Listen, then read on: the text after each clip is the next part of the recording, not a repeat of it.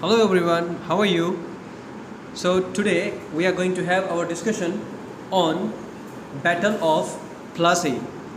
तो अब तक हमारे वीडियोस के अंदर हमने देख लिया था कि किस तरह से जो है एक्सपांशनिज्म होता है, किस तरह से अलग अलग जो यूरोपियंस हैं वो आपस में एक दूसरे के साथ जो है वो फाइट करते हैं, और इन सभी यूरोपियंस में जो ब्रिटिशर्स हैं, ठीक है, और Britishers in the form of east India company, किस तरह से ईस्ट इंडिया कंपनी जो है वो अपना डोमिनियन एस्टैब्लिश करती है इंडियन टेरिटरीज़ के ऊपर, और किस तरह से वो सिर्फ ट्रेडर ही ना रहते हुए वो रूलर बन जाते हैं, ठीक है। और उसकी जो शुरुआत है वो होती है बैटल ऑफ प्लासी से, यानी अब तक, यानी कि टिल द ईयर ऑफ 1757 तक, ठीक है। 1757 तक जो है वो क्या था कि अब तक वो लोग जो ब्रिटिशर्स हैं, जो ईस्ट इंडिया कंपनी है, उन्होंने अपने आप को रूलर कभी भी डिक्लेयर नहीं किया था, ना ही वो बनना चाहते थे, उनका कोई इंटेंशन नहीं था। लेकिन बैटल ऑफ प्लासी से उनको ये बात कंफर्म हो गई कि अगर अब वो रूलर बनना चाहे ना तो भी वो बन सकते हैं, ठीक है। तो अब यहाँ पे बात शुरू होती है कि since the death of Aurangzeb, जब औरंगज़ेब जो है ना वो like you know as we know that he was also one of the powerful ruler of the Mughal empire, ठीक है। तो जब उनकी डेथ हुई तो उनकी डेथ के बाद जो अलग अलग टेरिटरीज थी, ठीक है, तो देखो सबसे पहले हमें पता था कि भाई मुग़ल एम्पायर जो थे तो उनके कंट्रोल में बहुत सारी टेरिटरीज़ जो थी उनके अंडर में आती थी, राइट। और जो नवाब थे, जो सूबेदार थे, वो मुग़ल फ्लैग के अंदर रहकर वो काम करते थे, ठीक है। और उन सभी रूलर्स को, उन सभी नवाब्स को, ठीक है, मुग़ल एम्पायर को जो है रिपोर्टिंग करना होता था, या फिर मुग़ल एम्पायर के अंडर में रहकर उनको काम करना होता था।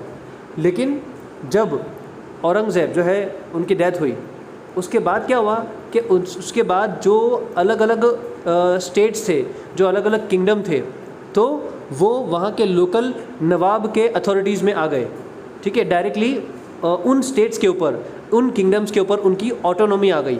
ऑटोनॉमी का मतलब क्या होता है, अब वो पावर उन्हीं के हाथ में जो है चला गया, है ना। कि जब औरंगज़ेब जो है मर गए, उसके बाद जो है मुग़ल एम्पायर जो था वो धीरे धीरे क्या होने लगा कि उसका जो पावर है वो डिक्लाइन होने लगा, उनका जो पावर है वो डिक्लाइन होने लगा। तो जैसे कि अलीवर्दी खान जो सिराजुद्दौला के फादर थे, तो after the death of Aurangzeb the power of Bengal came completely in the hand of Alivardi Khan. और अलीवर्दी खान ने भी जो है ब्रिटिशर्स को ये कहा कि you are not suppose to get all the privileges to continue the trade, है ना, विदाउट पेइंग एनी टैक्स। तो उनको टैक्स पे करना पड़ेगा, और दूसरे जो प्रिविलेजेस हैं वो प्रिविलेजेस भी ब्रिटिशर्स को नहीं मिलेंगे, ठीक है। No concession will be given to the Britishers, right. लेकिन ये बात जो है वो बिल्कुल ब्रिटिशर्स को समझ में नहीं आई। और उसके बाद क्या हुआ कि in the year of 1756 what had happened, so Alivardi Khan died in the year of 1756. Alivardi Khan, he died, and after his death the power of ruling Bengal came in the hand of Sirajuddaulah. तो सिराजुद्दौला जो है he came upon the throne of Bengal in the year of 1756. Siraj-ud-Daulah जो है वो बंगाल के throne पे कब आए, 1756 में। और आने के तुरंत बाद सिराजुद्दौला ने वही ब्रिटिशर्स को कहा कि आपको जो है एक्स्ट्रा कोई कंसेशंस नहीं मिलने वाला है, and they are suppose to pay the tax if they want to carry out trade in Bengal. अगर उनको बंगाल में ट्रेड करना है तो क्या करना पड़ेगा, they had to pay the tax, and other concession also will not be given to the Britishers. अच्छा, अब एक और बात हुई कि ब्रिटिशर्स जो हैं वो continuously they were actually meddling in the internal matters in the internal political matters of Bengal. अब देखो मेडलिंग का मतलब क्या होता है, मेडलिंग का मतलब होता है इंटरफियरिंग, ठीक है। तो सिराजुद्दौला ने ब्रिटिशर्स को ये बात के लिए भी वार्न किया कि आप जो है वो हमारी पॉलिटिकल मैटर्स में इंटरफियर करना बंद कर दो, पॉलिटिकल मैटर्स में या फिर एडमिनिस्ट्रेटिव मैटर में इंटरफियरिंग नहीं बर्दाश्त होगा, ठीक है। सिराजुद्दौला ने ये वार्निंग दी और उन्होंने ये भी कहा कि आप जो फोर्टिफिकेशंस कर रहे हो उस फोर्टिफिकेशंस को भी कम्प्लीटली बंद कर दो। फोर्टिफिकेशंस के बारे में मैंने आपको बता दिया था कि फोर्टिफिकेशन का मतलब क्या होता है कि फोर्ट्स को बांधना, ठीक है, किले बांधना, तो वो भी बंद कर दो। और सिराजुद्दौला ने वो भी कहा कि भाई you are suppose to reduce your army, जो आप आर्मी जिस तरह से बढ़ा रहे हो वो भी बंद कर दो, राइट। तो ये सभी जो चीज़ें हैं वो बिल्कुल भी ब्रिटिशर्स ने नहीं मानी और नेगोशिएशंस जो है वो चला, लेकिन ये नेगोशिएशंस जो है वो फेल गया और सिराजुद्दौला ने के हर बात मानने से ब्रिटिशर्स ने इनकार कर दिया, right. And that is why what happen that Sirajuddaulah along with his army 30,000 soldiers, कितने 30,000 सोल्जर्स को लेकर सिराजुद्दौला, ठीक है, कहाँ चले गए, एट द कासिम बाज़ार, ठीक है। तो बंगाल के अंदर एक मार्केट है जिसका नाम है कासिम बाज़ार। तो कासिम बाज़ार में एक ट्रेड सेंटर था, है ना, ब्रिटिशर्स का एक ट्रेड सेंटर था। उस ट्रेड सेंटर पे जो है हमला कर दिया सिराजुद्दौला ने, राइट। और पूरा का पूरा जो ट्रेड सेंटर था उस ट्रेड सेंटर को उन्होंने अपने कब्ज़े में ले लिया, सीज्ड कर लिया, ठीक है।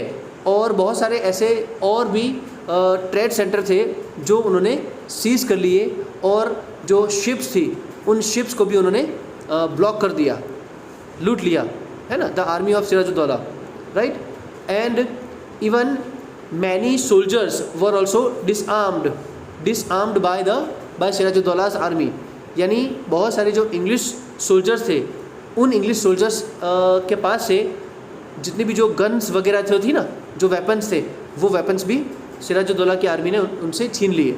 और इन सब चीज़ें ये सब चीज़ें भी ख़त्म नहीं हुई और उसके बाद सिराजुद्दौला की जो आर्मी है वो कोलकाता के अंदर जो ब्रिटिशर्स का एक फोर्ट बना हुआ था, ठीक है, तो वो फोर्ट में भी वो लोग गए और वहाँ पे भी, ठीक है, उस फोर्ट को भी उन्होंने सीज कर लिया, राइट।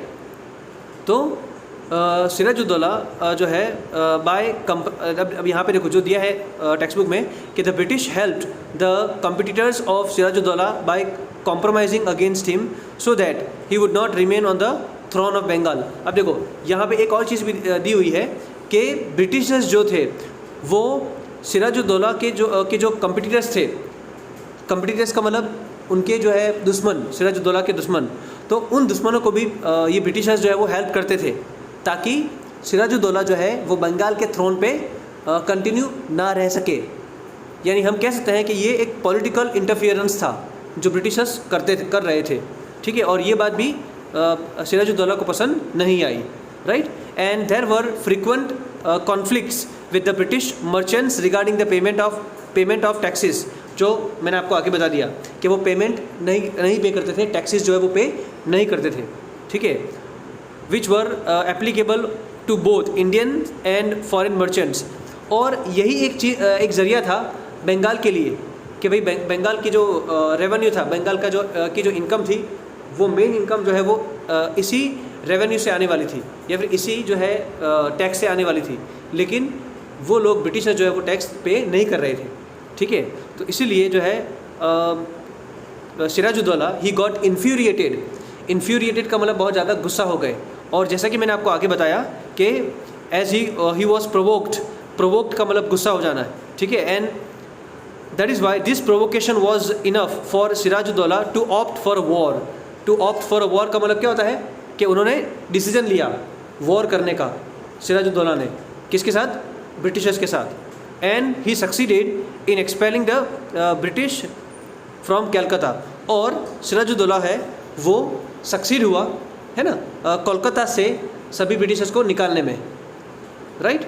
और उसके बाद क्या हुआ कि the British counter attacked under the leadership of Robert Clive. अब बेटा क्या हुआ देखो कि कासिम बाज़ार पे और बंगाल पे और कोलकाता के अंदर जब सिराजुद्दौला ने अपने जीत का परचम लहरा दिया, ठीक है, when he declared his winning over Bengal and Kolkata, this news has reached to Robert Clive, and at that time Robert Clive was there at Madras.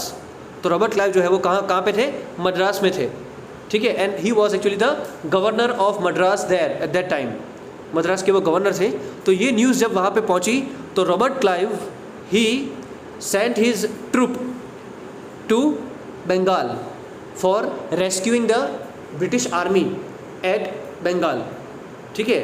और रॉबर्ट क्लाइव ने उस वक्त ऐसा तय किया, he decided that anyhow I would take the revenge और I would take the avenge, है ना। और वो क्या बनेगा अब? एवेंजर बनेगा। क्या बनेगा?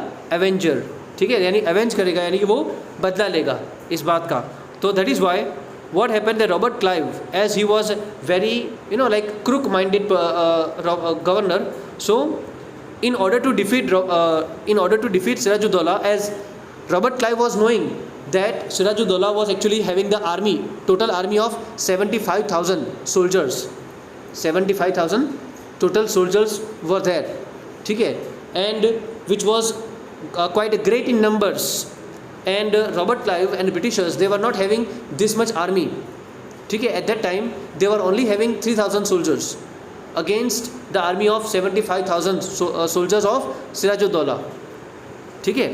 तो this was the war that actually अब देखो हुआ क्या कि रॉबर्ट क्लाइव ने जो है सिराजुद्दौला को हराने के लिए, ठीक है, एक कॉन्स्पिरेसी करी, और उस कॉन्स्पिरेसी में उन्होंने सिराजुद्दौला के जो कमांडर इन चीफ थे, उसके आर्मी के चीफ, ठीक है, तो मीर जाफ़र को कॉक्स किया, या फिर मीर जाफ़र को जो है वो उन्होंने ब्राइब किया, ब्राइब यानी लालच दी, ठीक है, कि भाई अगर आप हमारा साथ दोगे ना इस वॉर में सिराजुद्दौला के अगेंस्ट, तो जैसे ही वो हारेगा तो Mir Jafar you will be made next nawab of Bengal, ठीक है। और एक और भी बहुत ही भरोसेमंद, है ना, कॉर्टियर्स थे, सेठ अमीचंद। तो सेठ अमीचंद और commander in chief Mir Jafar, इन दोनों को ब्रिटिशर्स ने यानी कि रॉबर्ट क्लाइव ने क्या करा कि अपनी कॉन्स्पिरेसी में मिला लिया, और ऐसा ही हुआ, ठीक है। रॉबर्ट क्लाइव ने कन्विंस कर लिया मीर जाफ़र को, and Mir Jafar he did not fight the war, ठीक है, he did not fight the war at all. And in the half day, यानी कि जब ये बैटल ऑफ प्लासी हुई, जिस तरह से ये बैटल ऑफ प्लासी हुई ना, तो अच्छा ये बैटल ऑफ प्लासी कब हुई थी? तो ऑन 23 जून 1757 को जब ये वॉर हुई, ठीक है, 23 जून 1757 को जब ये वॉर हुई, तो जो है सिराजुद्दौला इस वॉर में हार गए, क्योंकि ये जो बैटल थी वो बैटल एक्चुअली में लड़ी नहीं गई। मीर जाफ़र जो है वो रॉबर्ट क्लाइव की जो ब्राइब है उसकी कॉन्स्पिरेसी में वो शामिल हो गया, ठीक है। And that is how this battle of Plassey was defeated by Sirajuddaulah, and that is how he lost his life, right. तो ये था हमारा बैटल ऑफ प्लासी।